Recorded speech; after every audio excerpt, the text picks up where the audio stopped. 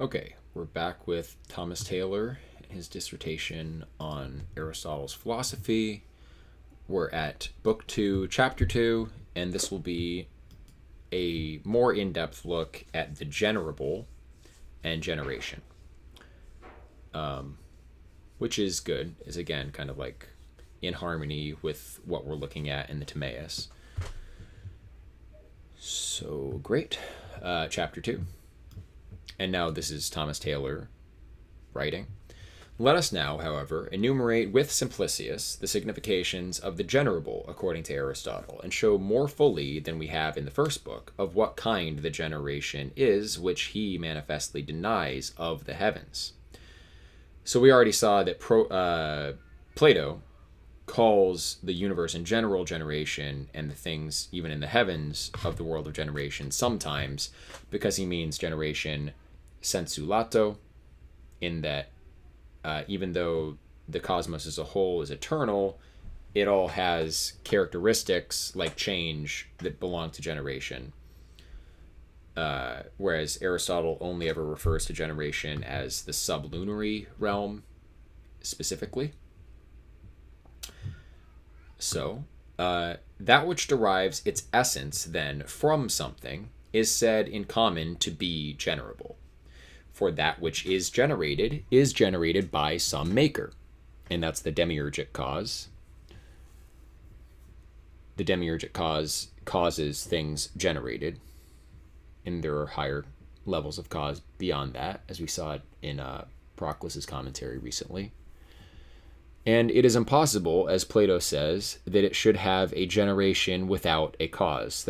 Isn't this crazy that it always just lines up perfectly? We were just looking at this quote yesterday.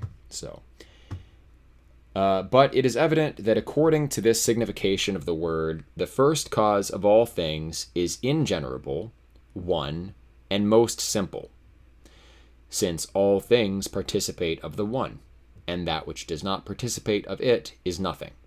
But the one in no respect participates of multitude, so that everything generable is multitudinous. For multitude subsists proximately from the one, since it is necessary that multitude should participate of the one, that it may not be infinitely infinite. But the one, which is properly one, has no representation of multitude. So he's taking a hardline simplicity stance on the one, whereas like Damascius will kind of qualify and say, well, in some respect, the one is multitudinous too. But here, when he says the one which is properly one, maybe he means one qua one, not like the one as the ineffable first principle. Not clear. Thomas Taylor's writing here is not actually the most clear. When he says, like, so that multitude should not be infinitely infinite, he's paraphrasing Proclus when he argues that there has to be, like, to have a multitude, it has to be composed of units. It has to, like, end on something, or else you get an infinite regress of the multitude at every part, and then you have infinitely infinite. So to have a coherent, intelligible infinity, it can't be doubly infinite. It can only be singly infinite. So it's infinite of something definite, not infinite of something indefinite. So therefore, multitude at every point needs to participate of the one, but the one qua one doesn't depend on multitude. Let's phrase it that way. The multitude, too, which first proceeds from the one as being the nearest participant of it, is also one as being characterized by unity and abiding in the one. Hence, that which, in any respect, proceeds from the one, in a certain respect also possesses the generable. Okay, so in the broadest sense, like, generation can be construed as being caused, and therefore even the forms are generated in a sense. That seems to be a wider sense even than Plato would ever apply it. And on this account, theologists have delivered to us theogonies, or generations of the gods. So even the gods are generated in that sense. So not appealing to Plato's language to justify that, but the language of the poets. Acknowledging indeed multitude abiding in the one, and proceeding thence according to multiplication, but celebrating the generation of it so far as it derives its subsistence from the one, just as we survey the generation of numbers proceeding from the monad. So far, therefore, as this first multitude abides in the one, it subsists according to the highest union, separation not yet becoming apparent, in which non-being first presents itself to the view. Okay, so non-being first presents to separation. The first multitude is prior to separation, so an undivided multitude subsists in the one itself. That seems consistent with Damascus too.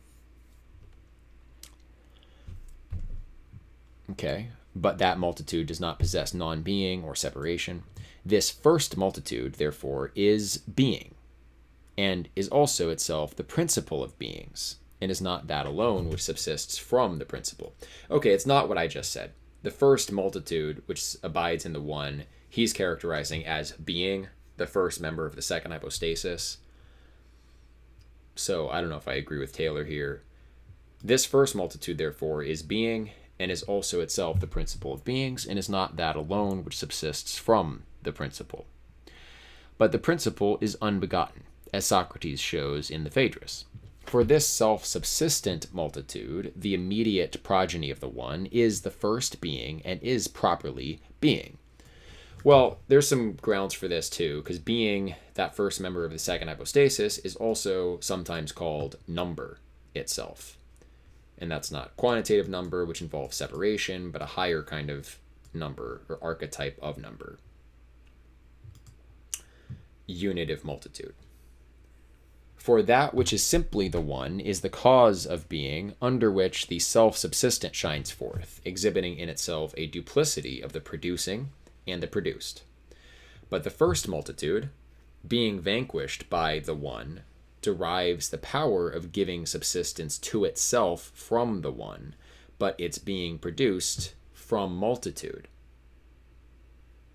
So its self-subsistence, the self-subsistence of being / number / the first multitude, is from the one, but the being produced of it, the quote-unquote generated nature of it, comes from multitude, which I don't know how it can come from multitude when it is the first multitude.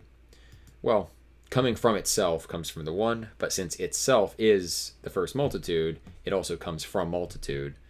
So I guess there's a dual aspect there where coming from itself, it comes from multitude as well as from the same. So, all right, we'll keep going. And hence it is not simply one, because the one is above it, which is the cause of all beings. The first, however, and most principal being is a whole, subsisting at once, both according to existence and the extension of existence. Hence also eternity is here, which imparts perpetuity of being. For the multitude being united, or rather being a multiplied one, neither properly exhibits production according to essence, nor extension according to existence. Hence what Aristotle calls that which is being, to operon, is true being. But that which proximately subsists after this, and which is moved by being, is different from it, and according to this motion subsists. And as the first being is self-subsistent, so this is generated self-motive. Generated self-motive.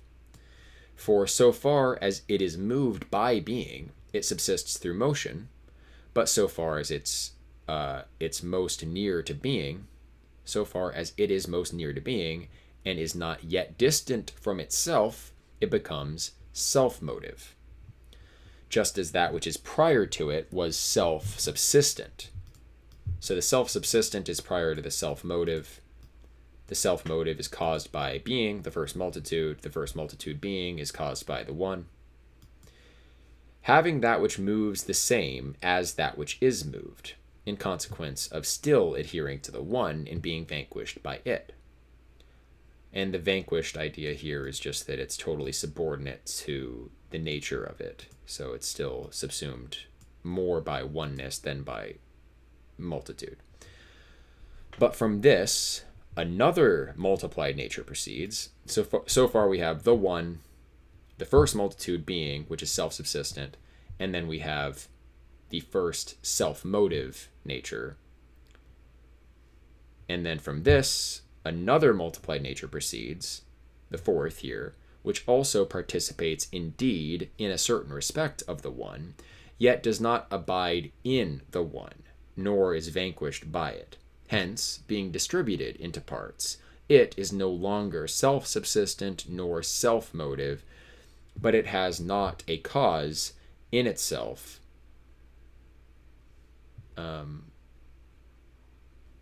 Okay.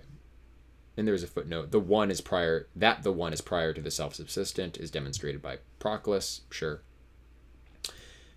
Back up here. Hence, being distributed into parts, it is no longer self-subsistent nor self-motive, because it has not a cause in itself which gives subsistence according to the one, as the united has, and has, which is proximate to it, the self-motive nature. So it is directly suspended from the self-motive, and it is not self-subsistent or self-motive, but inferior to those. And exactly what that is in the Platonic hierarchy is unclear, but all right. But it immediately sustains an extension of essence, and on all sides proceeding and spreading from the one, it becomes body, and whatever is allied to body. So we could say I think the categories that are being drawn are just the one, the second hypostasis, and then the third hypostasis, and now we're getting to the realm of generation, strictly speaking, or actually not strictly speaking, but in Plato's sense, like the cosmos as a whole.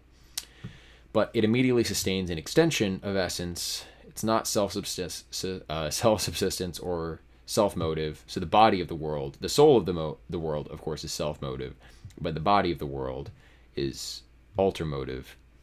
It immediately sustains an extension of essence, and I think that's in the Aristotelian sense of substance rather than the Platonic sense of ousia. And on all sides proceeding and spreading from the one, it becomes body, and whatever is allied to body. Time also proceeds together with it from that eternity, which is, so at the same time that body, space, emerges, time also proceeds from that eternity, which is consubsistent with the first being, numbering the extension of its existence and imparting temporal perpetuity. Okay, so the first eternity is, of course, the self-subsistent one, which is the first multitude, which is number itself. And so time proceeds from that eternity, which is with the first being, and numbering the extension of existence in that fourth level. So it's kind of skipping over soul. You might say that time exists for soul prior to the existence of body, but Thomas Taylor's kind of glossing that. He's having space and body be contemporary with time, whereas perhaps it would be more right to say that time precedes space. All right, numbering the extension of its existence and imparting temporal perpetuity. This, however, is no longer a simultaneous whole, neither according to essence, nor according to the extension of its existence, or, as someone might say, its life. Hence, a thing of this kind is not properly being, since it approximates very much to non-being, generation, nor is it for a moment individually the same, but continually different, through its profound union with the effluxive nature of time. Yeah, I think Taylor's kind of leaving out the idea of incorporeal soul, because soul measures time. Time begins with soul, and all soul participates of time and measures time. And yet, I think Taylor's kind of smushing time and space together. Hence, neither does it at once receive its whole generation from its cause.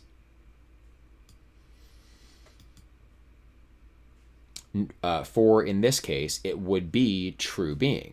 But as far as it is able, it receives its generation partially. In short, the multitude, which is in this, having departed from the one, and participating of it adventitiously, becomes a composite instead of the united. Hence, it derives both its perfection and subsistence externally.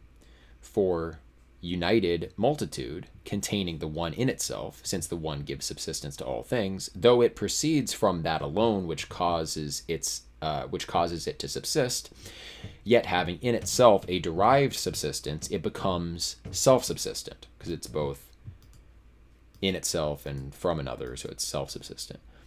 But a composite multitude has the one of its composition adventitious, because it doesn't receive it all simultaneously, so it's not eternal, so it doesn't have completeness, so it's constantly suspended from another and not from itself, because the whole of itself never exists at any one time.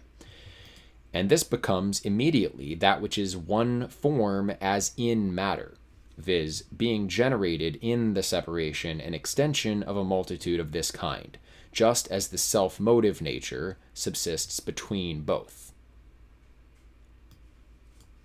The soul exists between the extended and the unified. That as form in matter, therefore, it participates of the one.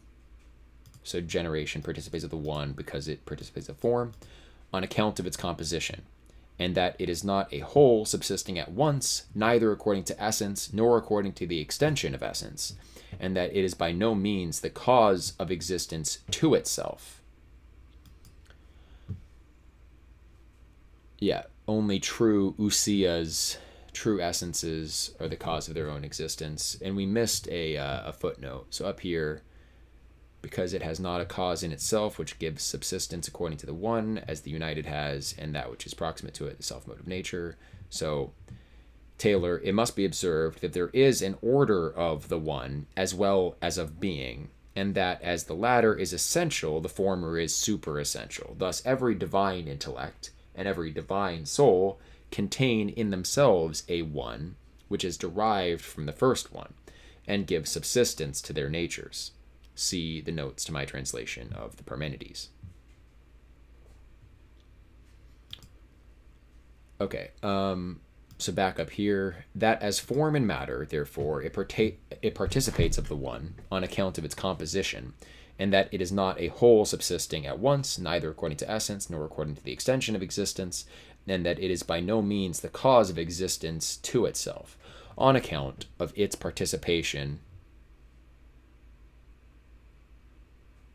Wait. I think this sentence is messed up. Maybe. Neither according to essence, nor according to the extension of essence, and that it is by no means the cause of existence to itself, on account of its participation, is evident. Okay, so that, at the beginning of the sentence, that, as form and matter, it participates of the one, is evident, because of what we just saw. Hence, it no longer contains the one in itself, for that which is partible, giving subsistence to a part by a part, is no longer a whole, nor properly self-subsistent, just as neither is that which moves a part by a part properly self-motive. And Proclus talks about this in the Elements of Theology. Self-motive natures can't be like one part moving all the other parts, because they'll be ultramotive. Then the only true self-motive thing is the whole of the given part, which is truly self-motive. You can't explain self-motion by one part bumping into another part in an infinite regress. Footnote 2, for the whole of that which is properly self-motive moves the whole. If you talk about a system which is self-motive, which really derives its motion from one self-motive part, then the whole system is not self-motive. the one part is the truly self-motive part. So true self-motion always has to regress to a whole which moves itself. A whole part or a whole that's impartible. For it is necessary that the properly self-subsistent and self-motive should be without distension, and that the whole should be adapted to the whole of itself. But that which is partible and distended has its existence alone externally. On this account, therefore, so in other words, the cosmos, the body of the cosmos, is not a hypostasis. It doesn't have its own subsistence in itself. It is only ever suspended from another. And that's why that specifically should be called generation, because although other orders of being are caused by another, they're also self-caused. Generation is caused by another alone. On this account, therefore, because it is a composite, and because the whole is not at once that which it is, but has its existence in becoming to be, this is now that which is properly generable, as having an opposite division to that which is properly being, and which has also its existence from itself and is at once wholly that which it is. Hence also it has immediately a mutation and a motion from being, because it does not abide in that which is properly being. So being wholly suspended from another is bound up with the idea of constantly being in motion, because it's incomplete.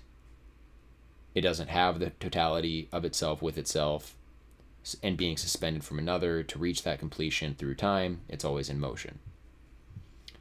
On this account, likewise, because it does not abide in the same state of perfection, for if it did, it would abide in the one in the same manner as that which is true being, it is changed and moved from its former habitude.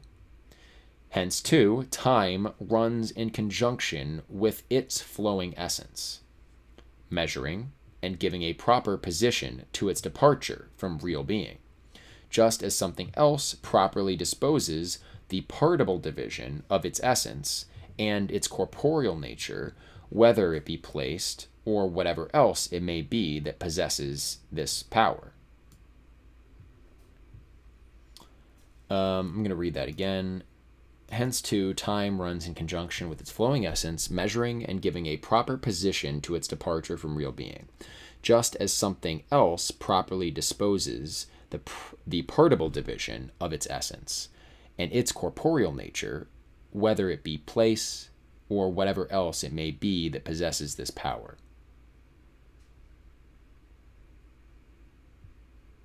So time goes in conjunction with its essence, measuring the proportion.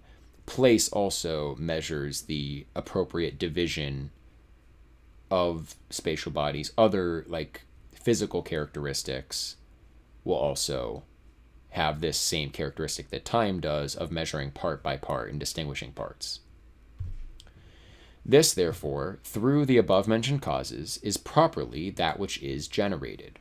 Of this, however, that part of a generated nature which proximately subsists from being ought itself always to remain in generation, or becoming to be, because true being is immovable and has always the same condition according to essence, power, and energy, that which is properly being depending through participation into that which has a flowing existence, or is becoming to be, but that which is eternal descending into the temporal ever, or perpetuity of time.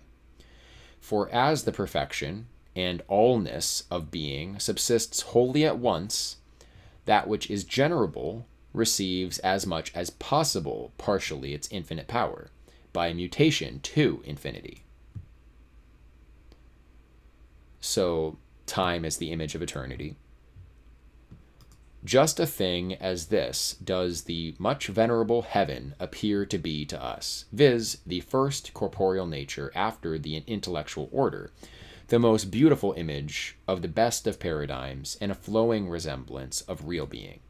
The heaven, therefore, being moved immovably and changing immutably, has alone those mutations which can coexist with that which abides.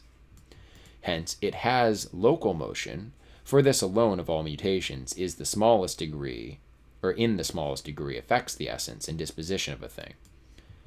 So it's the least change, local motion. It also receives that motion according to which, though it is locally moved, yet it does not depart from, but is permanently moved in the same place. So rotation is even simpler than a simple rectilinear local motion. Those bodies that are moved in a right line not remaining in the same place for the shortest time. Hence, a circular motion is rather permanency than motion, since the bodies that are moved according to it after a certain wonderful manner abide in the whole, but revolve in the parts. But the heaven, being perpetual, on account of having a proximate subsistence from the immovable, is superior to the mutation from being into non-being, the former of which is usually called corruption, the latter generation.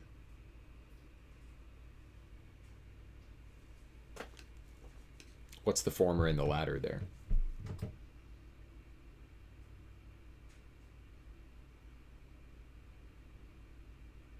Corruption, generation.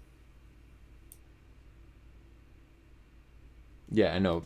So he's saying the former of which is usually called corruption, the latter generation. What are the other two terms? What is usually called corruption? What is usually called generation?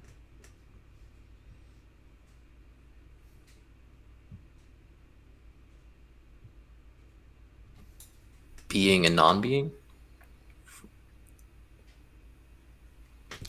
I don't think so, because being wouldn't be called corruption.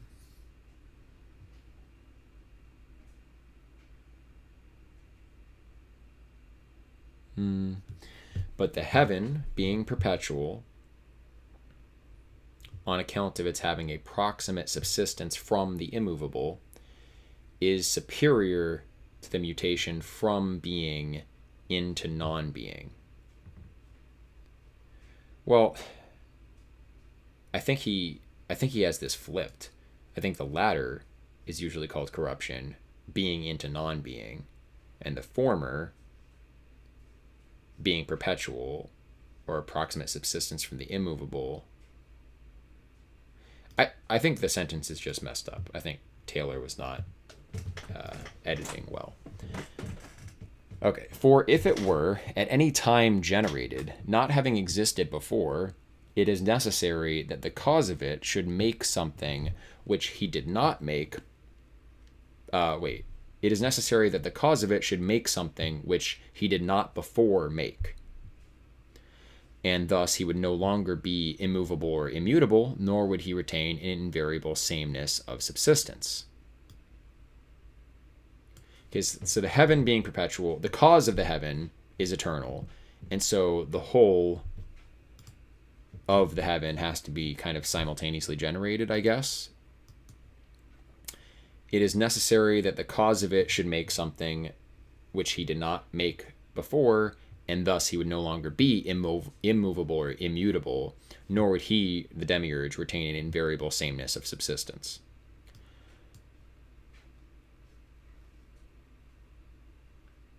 Okay, so the heaven is superior to corruption and coming into being. The heaven as a whole is sort of superior to coming into being and going out of being. If the because for the same reason that Plato gives, the demiurge always wills the good of his creation and so wouldn't destroy it at one time. It's suspended from another in his generation in that sense, but the whole of the heaven doesn't come in and out of being. If the heaven also were to be corrupted, it would depart from the similitude which it has to an immovable cause.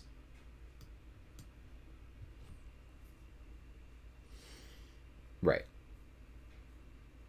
And the cause proximate to it would no longer be a cause, nor would it produce essentially things which proximately derive their subsistence from it. We'd be missing a step in the ladder of being, basically, and the thing producing the universe would be less than it otherwise would be. Footnote 4. The essential mode of production, which takes place when a thing produces from its very nature or essence, belongs to the first of beings in an eminent degree, and therefore vestiges of it are perceived in the last of things. Hence, fire imparts heat and snow refrigerates essentially, and the effect in this mode of production being that secondarily, which is in the cause primarily. See the introduction to his translation of the Parmenides. But increase and decrease, since they are a certain generation and corruption, are entirely foreign from that which is proximately produced by an immovable cause. Aliation, or change in quality, however, he defines it there again.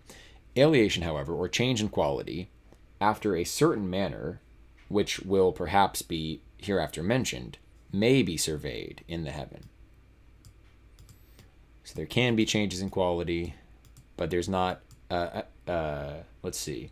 Generation and corruption was said to take place in the substance of a thing, was also said to be associated always with like adding or subtracting from a thing, and that involves going out of being or coming into being, so it can't do that stuff. But some kind of change in quality may be admitted. The first, therefore, and most perfect. So I kind of wonder, did Taylor, because it's unlike Taylor to actually write this much for himself, is this all like paraphrasing Simplicius? Because there was no hard quotation or anything.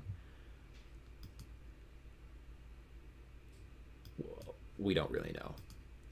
So the first, therefore, and most perfect of a corporeal existence subsists after this manner, is also prolific and not entirely immutable.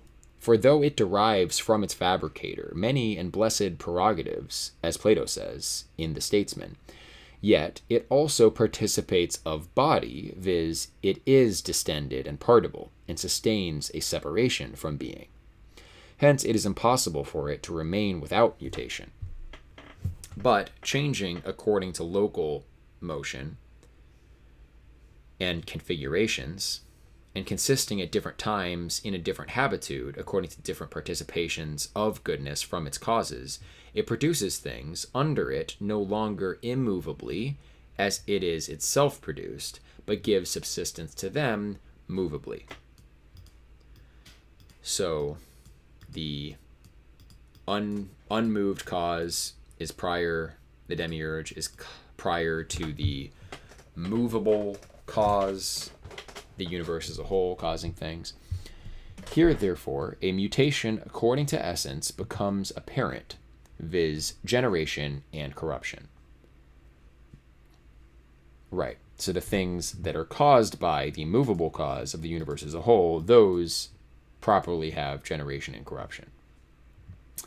But neither is generation entirely from non-being, nor corruption entirely into non-being, so that by changing from one habitude into another, they give subsistence to differences of things which are produced in the sublunary region.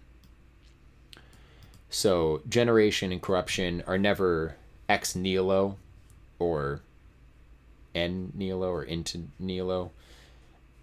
Instead, it's like one thing changing its configuration into another. Perhaps, however, it may here be more perspicuously said that intellectual multitude, surveyed according to the separation of itself, as in the intellectual order, is united because all true being abides in the one.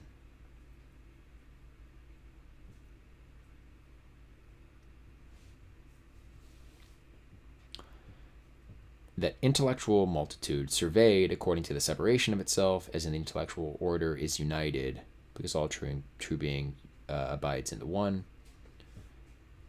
So I'm not entirely sure what he means there in connection with the previous thought. Maybe something like all permutations of form are surveyed together, united by the continuity of time, or something. Hence, not only different forms are consubsistent in its essence, the essence of the universe, but also contraries. Or no, maybe he's talking about the intellectual realm rather than the sensible realm. But let's see. Hence, not only different forms are consubsistent in its essence, but also contraries. Sounds like he's talking about the intelligible. And they participate of and are united to each other so as that their participation is no longer adventitious, nor have action and passion any longer a place there. Hence, they are exempt from the above-mentioned generation, properly so called. But in the first of things which are properly generated, interval, partition, and mutation appearing, yet a pure similitude to the impartible being preserved, and things which give completion to that essence, and the parts and forms are indeed separated from, but nevertheless act upon and are passive to each other, as being separated from each other. At the same time, however, the essence remaining, the agents act, and the patients suffer. Okay, I'm getting a little bit lost, so we're going to back up. But in the first of things which are properly generated, interval, partition, and mutation appearing, yet a pure similitude to the impartible being preserved, the things which give completion to that essence and the parts and forms are indeed separated from, but nevertheless act upon and are passive to each other. Okay, so it is kind of what I thought initially. All of the forms are together and one in the cosmos, joined by spatio-temporal continuity. So they're all joined together in a fabric of space-time causation. But they nevertheless act upon and are passive to each other in imitation of the conjunction of the forms in the intelligible as being separated from each other. So that's the distinction. At the same time, however, the essence remaining, the agents act, and the patients suffer. So the essence remaining, and maybe that's, again, Aristotelian substance, more like the substrate.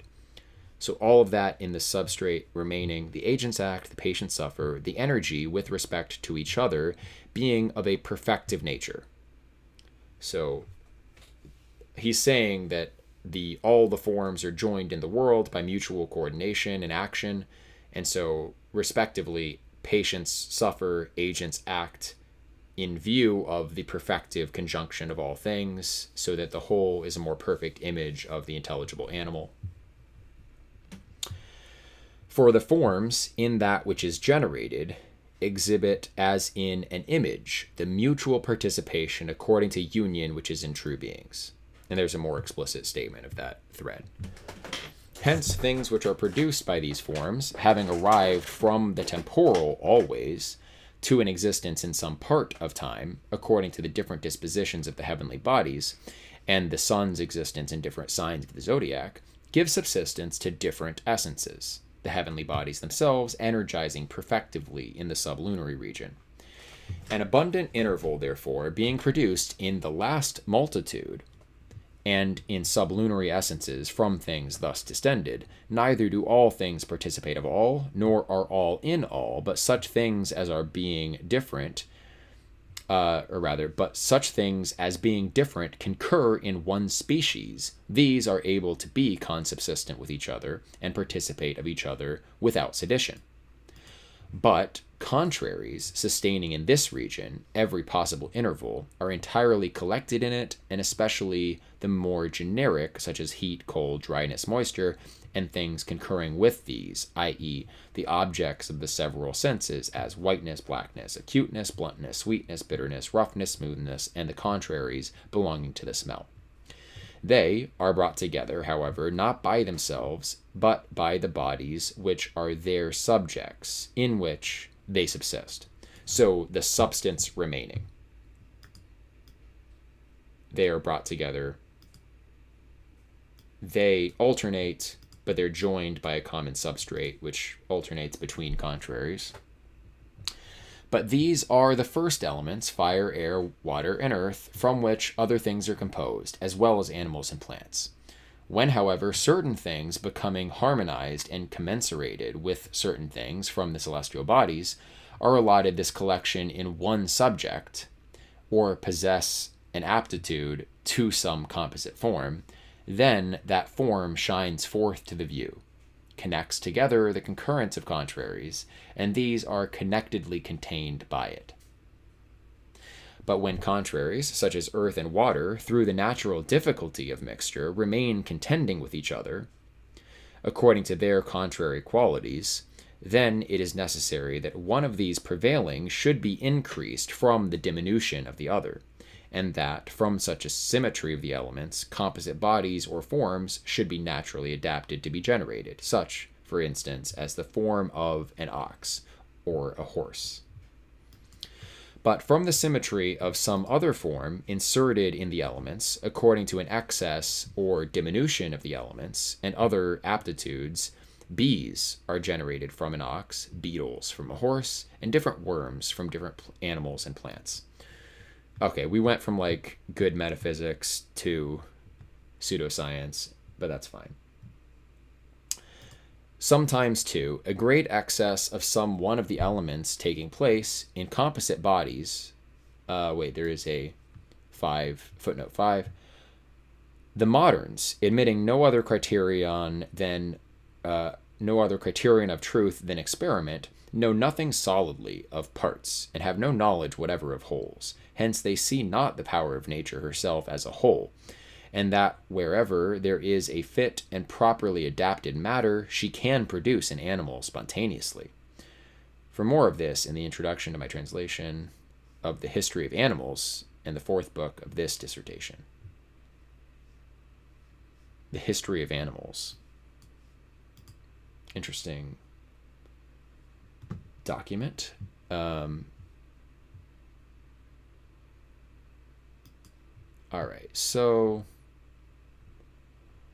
there's no good break, and it's just going to keep going, and for a few more pages.